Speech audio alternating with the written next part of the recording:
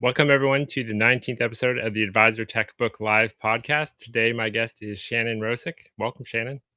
Thanks so much for having me. It's always weird for me being on the other side of the mic. So I've made it a personal goal this last year to actually do more of these. So appreciate you having me on. And lucky number 19. Let's go. Yeah, for sure. No, there's a lot more pressure when you're the host than when you're the guest. That has been my experience. We'll see. Cool. So, do you mind sharing just a little bit of your background, just maybe really quickly, how you started in the industry and then how you got to where you are currently?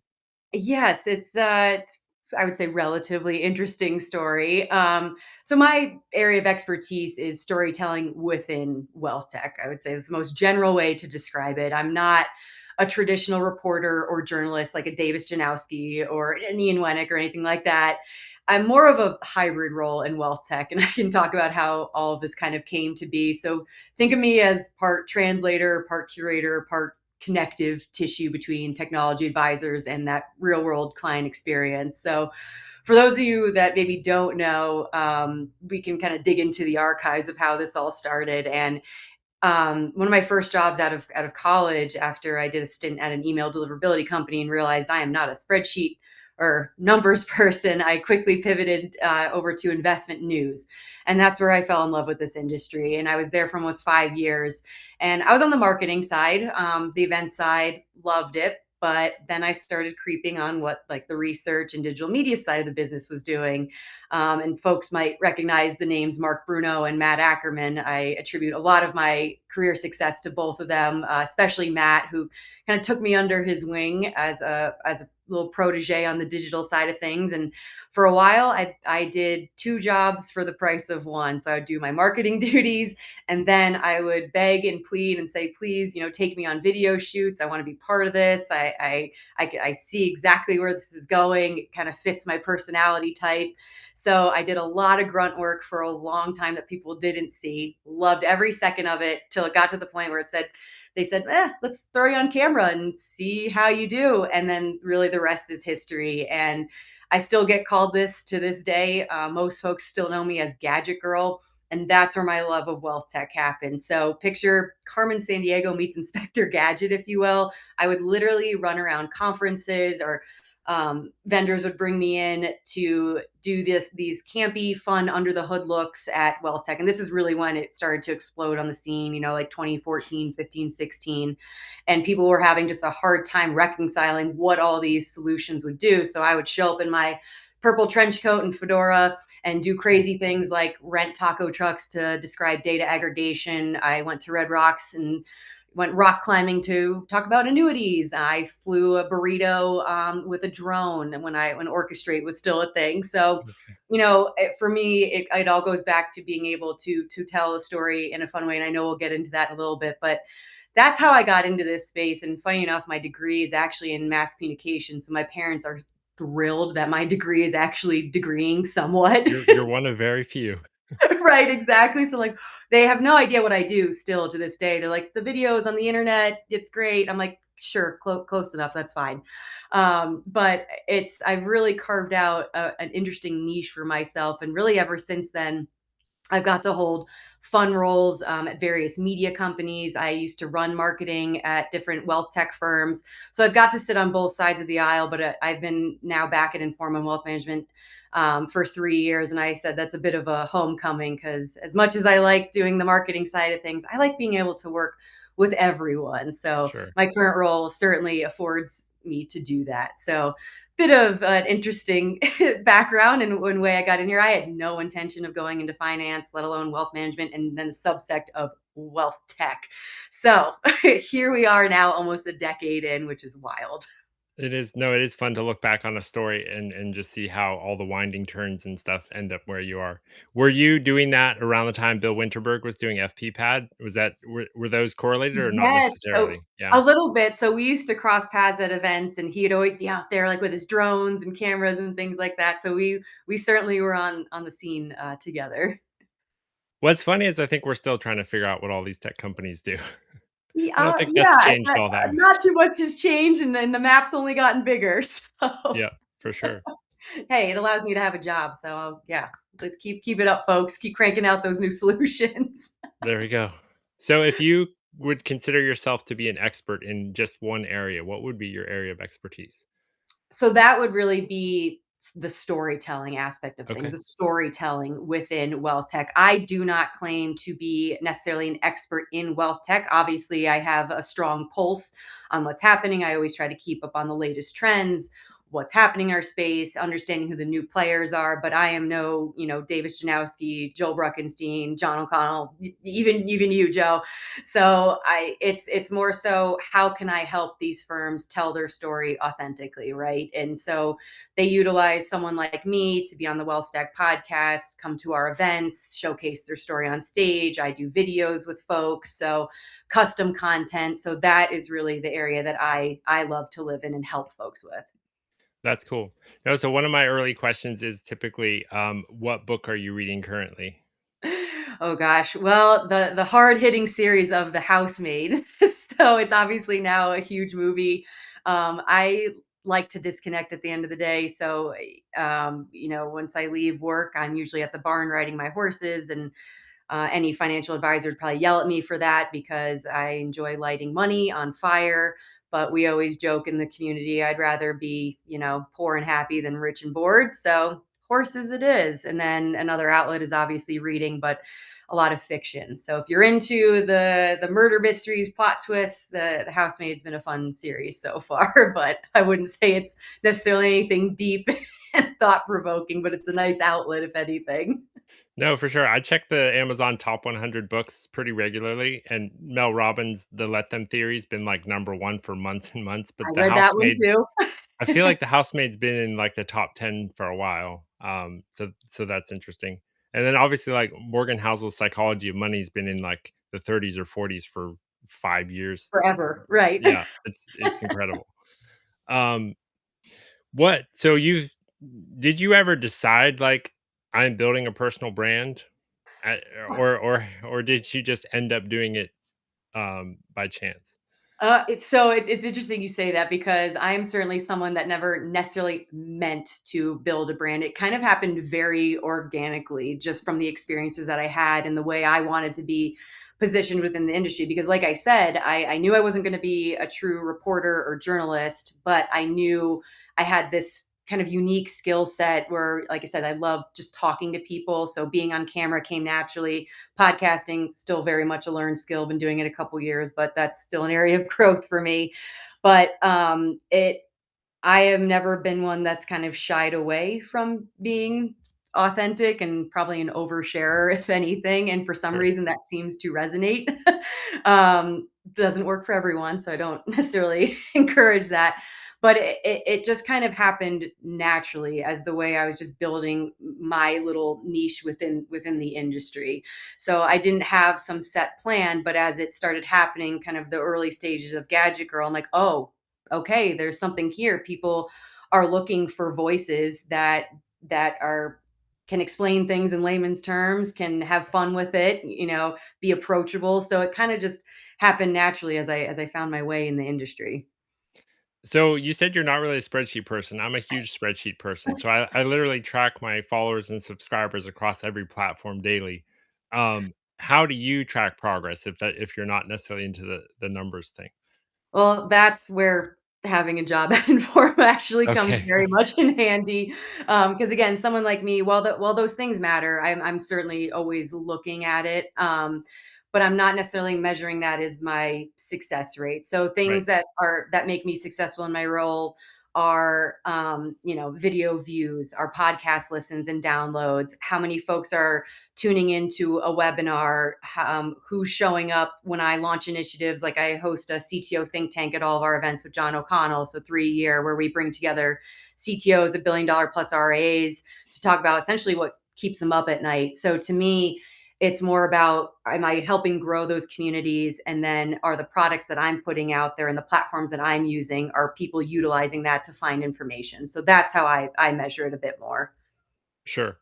Do you feel like building your personal brand has led to you getting the jobs that you've had? Like, um, 100%. I would yeah, not be where I am today, if it really goes back to my investment news days. If they hadn't taken the chance on me and afforded me the opportunity to kind of be the wild creative one with Matt, I would not be where I am today, because that really kind of cemented me in this wealth tech world, which I'm eternally grateful for. Because I've always thought like, oh, what would it look like maybe to even go out and see what things are like in the other industry, but I can't, because I love the community so much, and it's been so good to me that I want to be able to give back and platform people where I can, because it's the connections and community that I've made that's afforded me to have the roles that I have. I mean, this sounds terrible, especially in today's day and age when folks are struggling to find roles, but I've been very lucky that I haven't had to really interview in a long time for a role, Yeah. because I'm so specific and niche that people are like, all right, yep, we she's an on-camera host, like content producer, marketer, like she has her lane. So I'm very lucky in that sense, and kind of building this brand organically has afforded me to have a lot of really cool opportunities. I mean, I've got to do fun things like I launched a whole media arm within a startup, for an Indian startup research company back in the day. And that took me all over the world to talk about fintech on a global stage, which was Yeah. really cool. So I'm very, very lucky in that sense that I've been able to kind of carve out the niche. And again, it goes back to how awesome. I mean, we said in your LinkedIn post is the funner community, right? And there's something to that, because we all are willing to help each other. We're all willing to raise each other up. And I think that's so important. I never thought in a million years this industry in particular would be this close knit and this willing to help each other out. So that's been a nice surprise over the years. Yeah, no, I've been surprised by that too. I'm incredibly introverted. So when I got out of college, I did several interviews to try to get jobs, and I couldn't get jobs. So I ended up starting my own company, and then just have been very Go on. entrepreneurial ever since. I've worked for other people, but just always kind of gone back to the entrepreneur thing. And then 3 or 4 years ago, I started writing and building an audience. And I mean, now I'm at the point where like I almost get more inbound than I would ever And it's need to get working because outbound. you are Yeah. everywhere. I love it. I get messages all the time like, "Do you know Joe Moss? Have you talked to Joe?" I'm like, "Have I talked to Joe?" I'm like, "You should be talking to Joe," because really, and that's what's interesting too, because I know we'll probably get into branding and authenticity and all that in a little bit, but you have found your lane. Like, you're an incredible writer. I love reading everything in your Substack and school, like, because it's relatable. It sounds like it's in your voice. You can immediately tell you're not using AI to kind of craft these answers. So you've found like your niche, which is so cool to see. And I love when people find that and just lean into it. And you've been consistent with it. And that's the biggest thing, because now again, you're everywhere, and that's amazing. So kudos to you. I appreciate that. No, it's been a blast. It's I like to say it's a self-transformation journey. You know, whoever you are currently, like whatever you're making, whatever you're accomplishing, that is who you are. If you want a different result, you have to become a different person.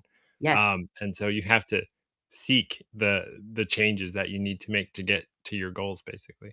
Great advice. Agreed. So yeah, let's talk about authenticity for a bit. So like, I Yeah. really respect Michael Kitz's. I think he's done a phenomenal job building a personal brand. His writing, however, is incredibly long and very detailed. And I mean, honestly, I don't think I ever read anything he writes all the way through. So I feel like in a way, I super respect his style, but my Mhm. style is literally the opposite. Like I misspell words, I don't use correct punctuation, I put a lot of pictures in, like I say weird things. Like my style is literally the opposite of Kitz's, but I feel like in a way we're both shooting for the same goal for advisors, I think. One 100%.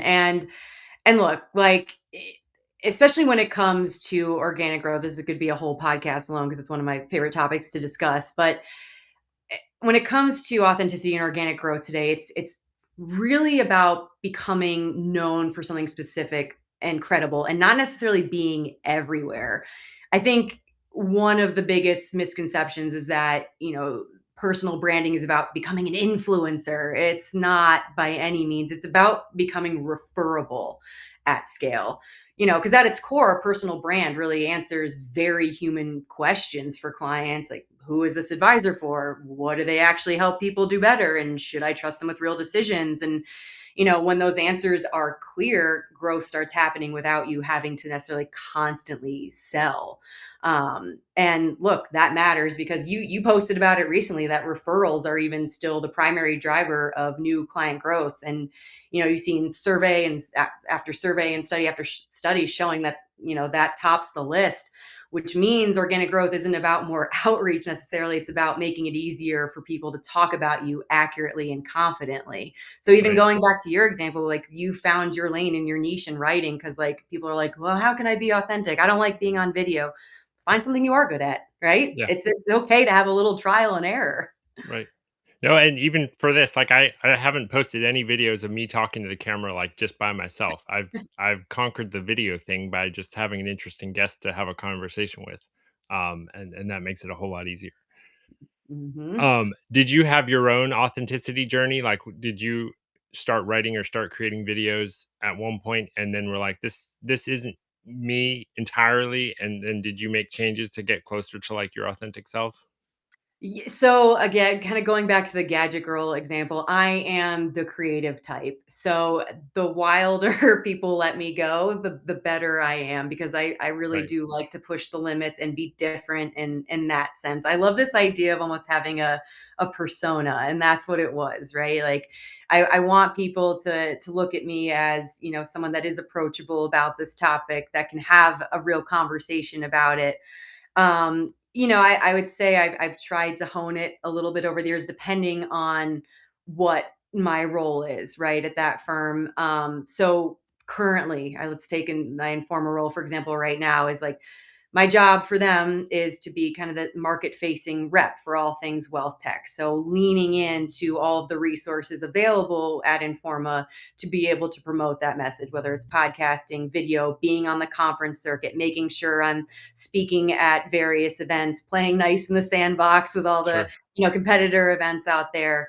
So just making sure that I'm kind of consistently showing up and bringing credibility to those conversations. Again, not claiming to be an expert, a technical expert by any means, but at least being able to facilitate, again, going back to that storytelling. Like I'm always going to default back to that and make sure that everything that I do ladders up to that goal of being able to share those stories authentically. Yeah, a couple things you said. One was about consistency. Someone asked Alex Hermosi, like, what is the single most important key to business success? And he was like, volume. Like, if you want to become successful, send 10,000 emails a day. I mean, it's don't actually do that, but the more you do something, if you want to get better at podcasting, do 3 podcasts per day. That kind of thing. Like, the more you write, the more you podcast, you'll get better. 100%. Because look, like where do most advisors go wrong still? It's they think that branding and authenticity means a polished website, a nice little logo refresh, your colors, your wealth management blue or whatever, and being more active on LinkedIn. And while those things certainly help, not to discredit those, but they're not the engine, right? Like branding today is really reputation plus relevance plus that consistency. Because look, like clients, they're not remembering your AUM. They remember how you explain something during a time of uncertainty, whether you help them avoid a mistake, how prepared you were, how responsive you were when it mattered. So that branding and authenticity is simply making that experience visible to more people. And I think something that's interesting, we're seeing this shift now where specialization is beating generalization every time. And to kind of go back to, growth and organic growth, the ones that are doing it successfully tend to anchor their brand around a problem they solve, not that generic service they offer. Instead of saying something like, well, I do comprehensive planning, like, okay, great.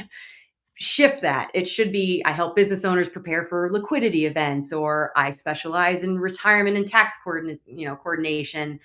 And look, it goes back to even one of those long Kitsy's articles and reports. Like his research has shown for years that advisors with a clear niche or specialization tend to grow faster because it's easier to remember and easier to refer, right? And look, it's and here's like the kind of the important nuance. This doesn't limit growth; it focuses it. You're not turning people away. You're just attracting the right people sooner. Yeah. No, and literally, so like my writing was doing decently well until about 2 weeks ago when I decided to write that piece on Finney, and Oh boy. I went way overboard on that one, and people absolutely loved it. And then since then, I feel like I've just taken more risks. Yeah, I've been a bit bolder. I've written more edgy style. Someone said, "Joe, you're using like Twitter style posts on LinkedIn. Like, are you even allowed to do that?" And I was like, "I yeah. think you can do whatever you want on LinkedIn." You want. Yes. Yes, and but again, and that's how you are building your brand, right? You're saying, Right. "Oh, so taking these risks is working. It's getting seen. It's getting those conversations started." But I'm curious. I'm going to flip the script and ask you questions. Kind of Sure. how did all of that come about? Because it has created a lot of noise, and I certainly want to get into it. But I think it's interesting that you picked on that specifically. Um, I mean, I've been trying to categorize the AI tools coming into the space. So Mm, very clearly, there's two categories. There's the note takers and the sure. prospecting tools. There's others, but those are kind of the two that are standing out. Um, and some of them are just raising enormous amounts of money at huge valuations, and I'm just trying to make sense of it. So I picked on Jump for a couple posts, and those posted incredibly well. So then I decided to pick on Finney, um, just because I think they're solving it, like, exactly backwards. Mm, I think, basically by cold emailing, cold messaging, cold LinkedIn, um, you have no credibility. And I actually said this on stage at Nashville, with Eden. I said that as soon as you send someone an email that's never heard of you before, you now have negative credibility. You have negative trust. So mhm. you have to be building trust. So ideally, you've already connected with someone on LinkedIn or they're aware of you in some way before you cold message them. That's my opinion, I think. Well, look, and like, you said say things on here I normally wouldn't say, but I think here's maybe the uncomfortable truth that a lot of AI prospecting today is just old school marketing tactics at machine speed, right? Like Right. when I see tools pitching hyper personalized outreach, built on scrape data, inferred behavior or contact lists, the advisor never earned, like that's not innovation. That's to your point, that's risk, that's brand risk, that's compliance risk, that's trust erosion. So, advisors don't build their businesses by being the loudest inbox in the room. They build them by being trusted. And AI prospecting flips that dynamic if it's not handled carefully. So, the intent might be personalization, but the experience I feel like can feel invasive so fast. For sure. Well, let's touch on AI briefly. I've come out super anti AI. Not, I wasn't in the beginning. I was pretty pro AI. I was using ChatGPT daily. I was testing all the tools. And then I reached a point where I think the turning point for me was, I was launching this kind of new brand AdvisorTech book, kind of shifting from a couple other names. Um, so I asked ChatGPT, like, what should the product be that I offer? And it gave me like seven different ideas, which were all good ideas. And then I was like, I'm literally like emailing Michael Kitzes and Stephanie Bogan right now. Why in the world would I not ask them what I should do? and and they actually have real human experience. AI has never done anything. And at that moment forward, plus like I was been reading some maybe anti AI-ish books, I was like, building relationships is so much more important than getting answers from, as Michael Kitts has called it, a word calculator. Hmm. Uh, so what are your thoughts on AI? So, kind of going back to the authenticity side of things, like, look, personal branding is becoming more important, not less, especially in this era of our industry becoming very AI driven. And it's no surprise that AI has flattened the playing field when it comes to things like content production. Everyone can write a post, everyone can generate an email, everyone can spin up a website, pitch deck, whatever it may be. And the result is this explosion of, competent but interchangeable messaging, right? And that's why authenticity is such a differentiator now. Your brand is no longer what you say, it's what clients recognize when AI is stripped away. So that's what folks should really remember. It's your point of view, it's your judgment, it's your restraint even, and your consistency.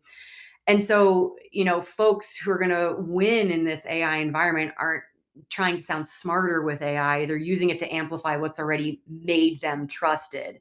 Right. And look, here's the key shift. Like AI doesn't replace, personal brand, it actually exposes it. So if your messaging is generic, AI is going to make it more generic. If your outreach lacks empathy, well, AI is just going to scale that lack of empathy. And if Sure. your process isn't client centric, well, guess what? AI is going to show those cracks a heck of a lot faster.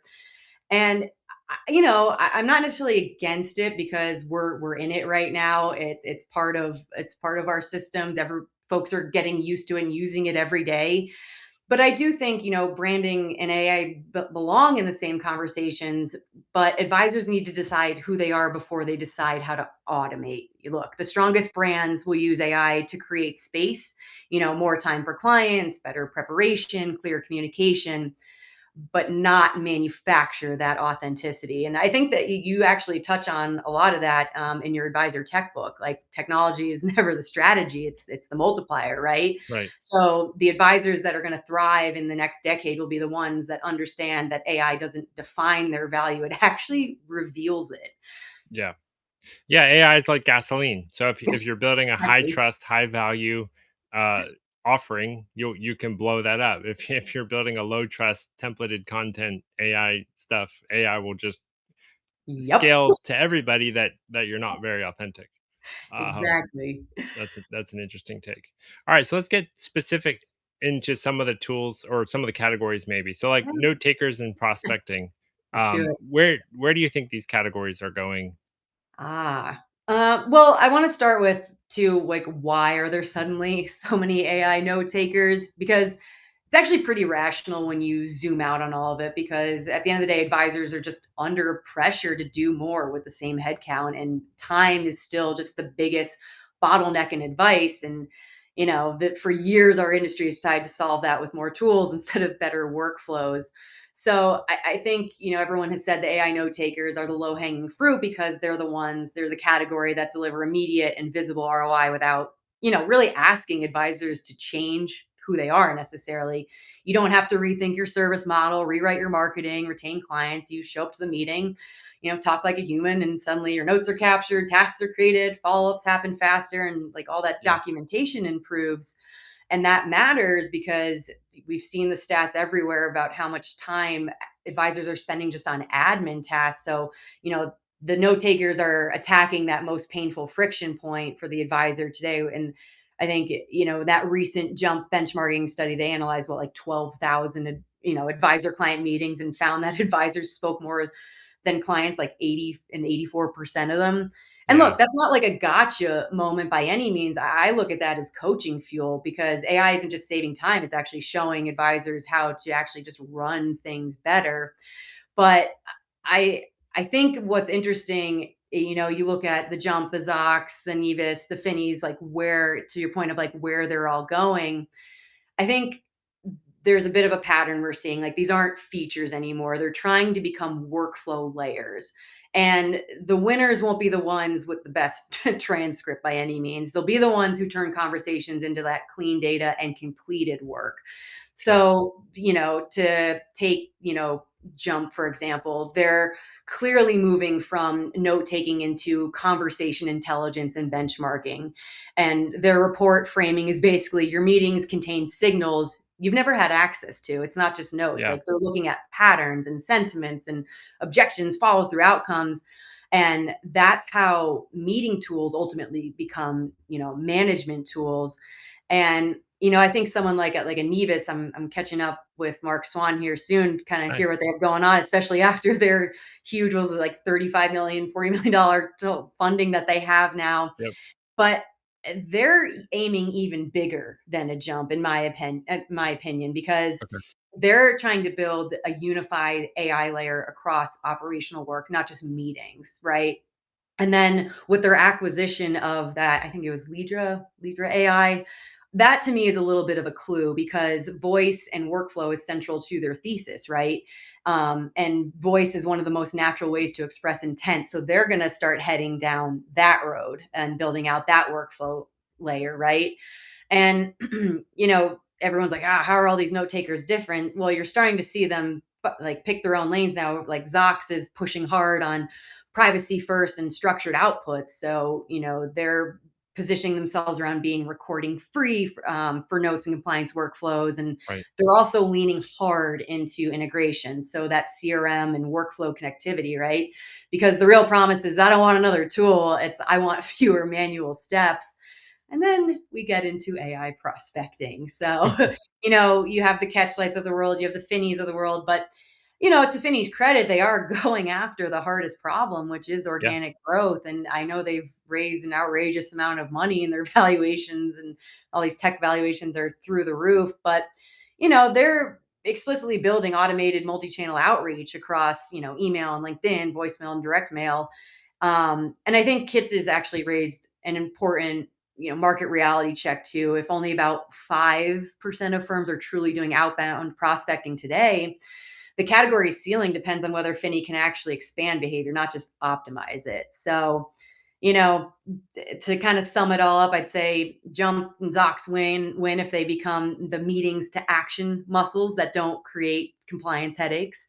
I think Nevis wins if they truly reduce that operational drag, across the firm, not just summarize it. And Finney and the Catchlights win if they can make outbound feel ethical and brand aligned and human, not just that AI at scale that we were talking about. Yeah, it's interesting. So after my Finney article, an advisor reached out to me that is using Finney and told me his story. He's like, when I first started using Finney, I used all the AI written content, and he's like, it didn't work at all. So he's like, eventually, I started writing all the content myself, referencing my own podcast, and getting super specific on my niche. And then he's like, and then Finney started working, but it was after he decided to completely scrap the AI written content. And so Mhm. I think that's I mean, there's other tools I look at that like have really good foundations, but then they slop AI on top of it, and it's like you built really good technology. Just take the Right. AI out of it, and it actually will be super helpful for advisors. And to that advisor's point, what did he do? He went back to the stuff that works for him and things that he's built that make him credible. And notice how Right. it started working after all that. Do you have any like things you'd like to see come to pass in the industry? Like any big goals for the industry at large? How much time do we have? A few, Because a few minutes. I have a few. All right, I'll give you my top few that have been top of mind. Like I want the industry to stop confusing activity with progress. And I would love to see wealth management just slow down enough to ask, is this actually making the advisor or client better? Because right now we celebrate the new tools and the new features and the new AI announcements, but we're not strategically measuring like, does this reduce friction? Does it improve that decision quality? Does it make the advisor's day meaningfully easier? So, you know, my goal for the industry is to reward those outcomes, not the output. So fewer dashboards, fewer pilots that never scale, more focus on what actually changes behavior for clients and advisors. One that's been coming up a ton as I get to talk to CTOs a fair amount. What keeps them up at night is the cybersecurity side of thing. And Mm, so in this era of AI, I want to see ethical growth become a sure. competitive advantage, right? Not just a compliance checkbox. And just because tech allows you to grow faster doesn't mean you should. So my goal there is for firms to really treat trust like an asset on the balance sheet. So not automating outreach you'd be embarrassed to explain in person. Not building growth strategies on data you didn't earn, not hiding behind the algorithm when something feels off. Because in a world where AI can scale bad behavior, as we've talked about, just as fast as good behavior, Right. I think restraint is going to become a bit of a differentiator because it is so easy now to plug things off and just spray and pray. And so I would love to see the industry normalize that. um I've got one or two more for you if that's No, go okay. for it. Again, No, these these are are great. things I that mean, I was I thinking could about. probably write an entire Substack on each one of these points. So I'm happy to help with that one if you want. Sure. But we've heard over and over again that the role of the advisor is changing, right? Like they already have to wear a ton of different hats as a life coach, as a wealth manager, as a therapist. And I want them to stop feeling like they need to become technologists to stay relevant. And because right now, I talked to a lot of advisors, they're overwhelmed by trying to understand AI models and evaluating data architecture, managing tech stacks. Like that to me is backwards. So my goal for technology is to ultimately adapt to advisors, not necessarily the other way around. Like advisors should be rewarded for their judgment and empathy and decision making, and not for being accidental CTOs. Because if tech's doing its job, like that should just all disappear into the workflow and then Right. free up their time to do what they are truly good at, which is, going deeper with their clients. Um, and then finally, I think in a similar vein, like I want the advisor career path to look radically different in the next 5 to 10 years, because you hear and see all the headlines about talent shortage, but we still structure careers like it's, 2005, Yeah. So I would love to break that linear paraplanner to advisor to rainmaker path. Like that can certainly still work. There's still certainly a place for it.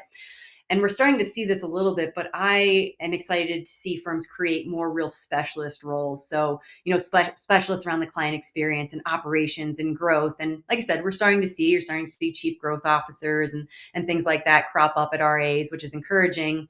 And then utilize technology to just let people excel at what they're best at and what they're strongest at. So I would love to see that. So I have a lot of thoughts, but those are my main ones that No, I'm thinking about. those are all huge. I agree with all of them, and those are the exact problems I'm working on solving and changing for the industry. So I think, and the more people I talk to, like everybody's very aligned. All Yeah. the top thought leaders in the industry all agree on this stuff pretty much. They're all working together to make it happen. So I think it's a super exciting time to be Mhm. in wealth management for sure. Oh, absolutely, and I know people always give our industry a hard time, like, it's always so behind," but I don't know, I give us a lot of credit, like, we're at least dabbling in things, we're trying to make changes, the firms that are growing are putting these practices into place, so I don't know, I'm encouraged, we have more wood to cut, obviously, but it seems to be hopefully trending in the right direction. Yeah, for sure. I think so.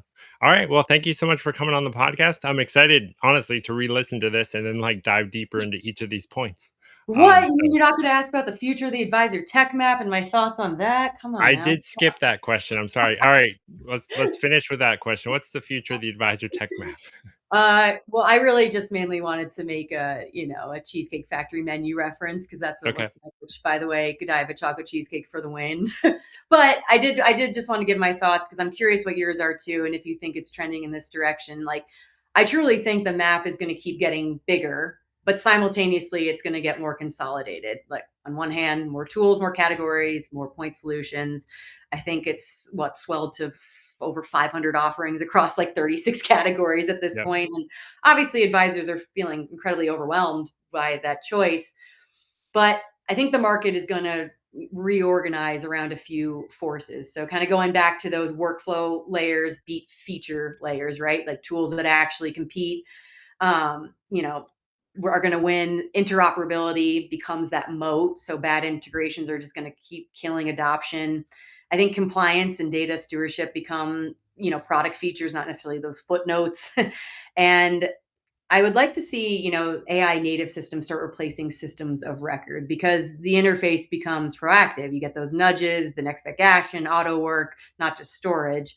Obviously, you're going to probably see some category blur, meeting Sure. assistants, For sure. CRM, marketing tools, and service tools start overlapping until the map is less about logos. I think more about how work flows. So I think the future map won't just show tools, it'll show, where the advisor's operating model actually lives. That's my 2 cents. I just really wanted to talk about the map because I've been No, referencing no, it's fine. other I categories. honestly, so I wrote this Lord of the Rings thing with like the Yes, Mordor and Isengard it's thing, so almost good. almost like most of the map was going to get obliterated. But then I was talking to Jason Pereira, and then I was talking to someone else as well, and I heard multiple people say, we're working on an AI agent that's already better than Halistoplan, and I was like, wow, like I think that is where we're headed. We're headed for there will be an AI platform that has a estate planning agent, a Oh tax yeah. planning agent, and the point solutions. I think then they're going to have to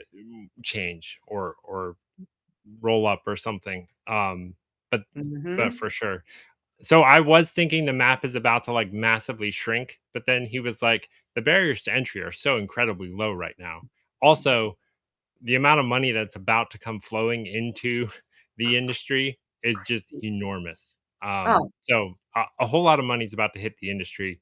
The barriers to entry are super low. So I feel sorry for Kids' team, but they're going to have to make it like a 2-page map or something. I know. I know. I feel like every time I have to like zoom in more and more to Yep. be able to read it. Hey, but kudos to them because that is not easy work It's to not. tackle like No. that. So they do it the best in the biz right now. So credit to I them. I think I mean, there's a story about map making that's not very public, is that people's feelings are hurt when they're not listed. And it's not I mean, the choices that went on the service map were not mine. Like the kids' team made all the choices. But people have reached out to me because they know I was involved and they're like, hey, why wasn't I on the map? I think what I want people to know is like it's fantastic to be on the kids' map, but Mhm. get on your own map. Like Yes. Yes. build your own personal brand. You don't even need to be on the Kits' map in order to be successful, to get the word out about what you do and the problems you solve. I will caveat that though with Kendra Wright's top marketing advice, which is to hijack other people's audiences. Um, Kits has a massive audience. I mean, I've experienced this personally just through Mhm. collaborating with him, that my own personal brand is boosted because of his personal brand, which already has trust and credibility and massive reach. So build your own personal brand, and the better you build your personal brand, you'll Awesome. get picked up.